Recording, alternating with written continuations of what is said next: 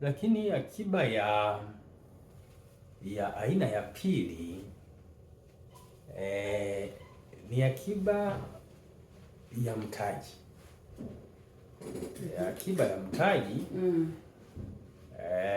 au kwa jina lingine akiba ya mbegu ni fedha ambayo tunaiweka kwa ajili ya kujiandaa kimtaji baadaye, hasa kwa biashara ambayo ndio unataka kuanza. Kwa tuanze biashara kwa hela za mikopo, tunaanza biashara kwa hela yetu wenyewe, halafu baadaye tukishaijua vizuri ndio tunaweza tukakopa au tukatumia hela za watu wengine. Kwa hiyo hii ni akiba unaiweka kwa ajili ya kupata kianzio cha kutekeleza mawazo yako kwa biashara ambayo utaifungua hapo baadaye.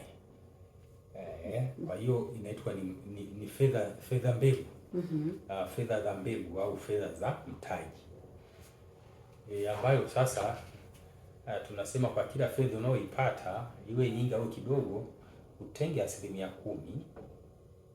kama fedha za mbegu au fedha za mtaji kwa ajili ya mawazo utakayoyapata ya kufanya fedha yako upate fedha ya mtaji au ya mbegu kwa ajili ya mradi au biashara ambayo utataka kuifungua hapo baadaye.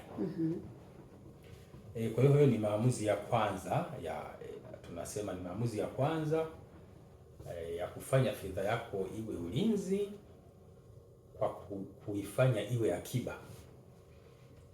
Kwa hiyo sasa katika kuweka fedha kama akiba ya mtaji au akiba ya mbegu, fedha zina expire date. Kwa hiyo huweki tu akiba, unaweka alafu baada ya muda unaweza ukaziweka katika kitu kinachofanya fedha ziweze kuzaliana.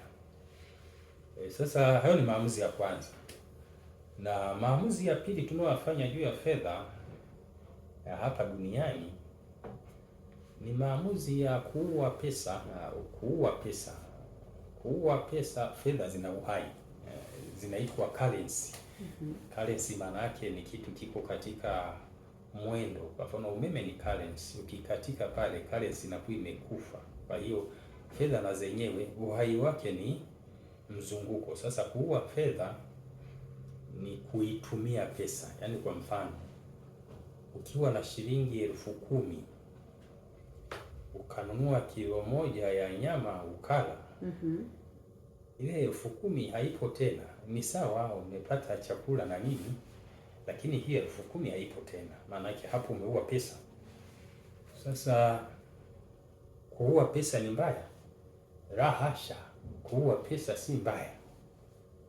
Kila mtu anaua pesa. Hata wewe msikilizaji, tangu asubuhi pengine umeua pesa kadhaa. Kwa hiyo cha maana ni unaua shilingi ngapi na kwa nini? Lakini kama unachojua tu ni kitu kimoja, kuua pesa tu ndicho unachokijua, itakuwa ni makosa, kwa sababu matumizi ya pesa ni zaidi ya kuua tu. Kuna matumizi mengine kama tulivyoona kwamba kuna matumizi ya kufanya fedha iwe akiba, lakini kuna maamuzi ya kuitumia pesa, kuiua kwa ajili ya mahitaji yako mbalimbali ulionayo. Kwa sasa lazima kujiepusha na tabia ya kufuja pesa, kutumia vibaya,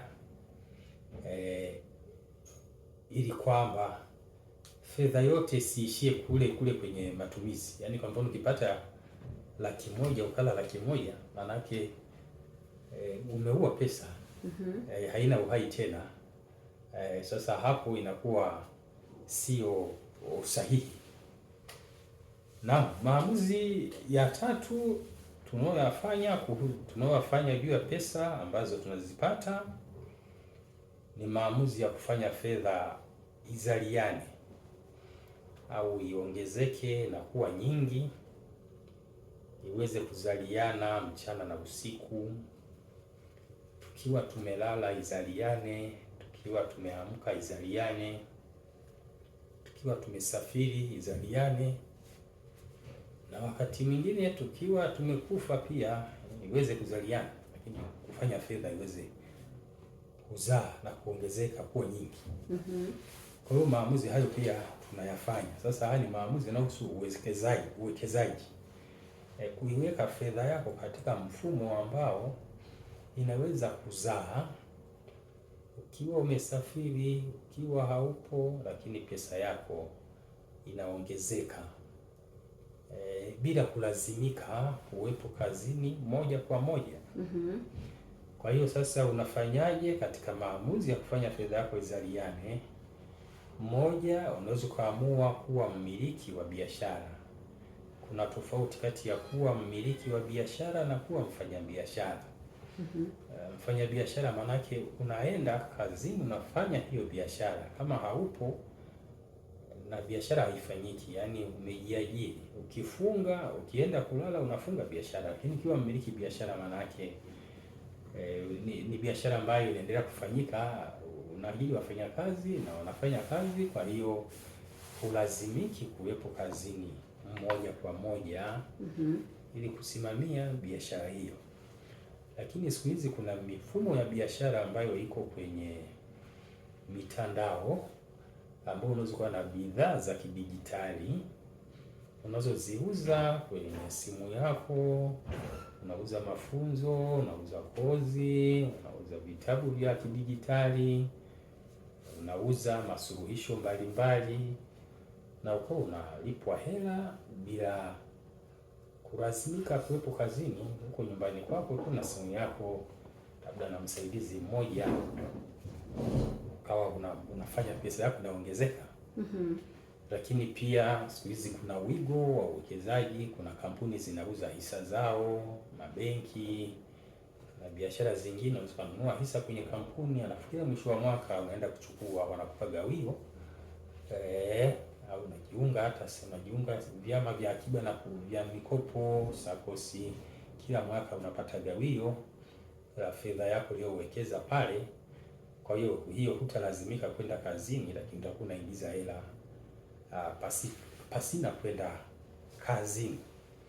Kwa hapa cha maana ni uwe na maamuzi ya kufanya fedha yako iongezeke, na uwe una kipato hata kama si kingi, lakini kinachotokana na fedha yako kuzaliana.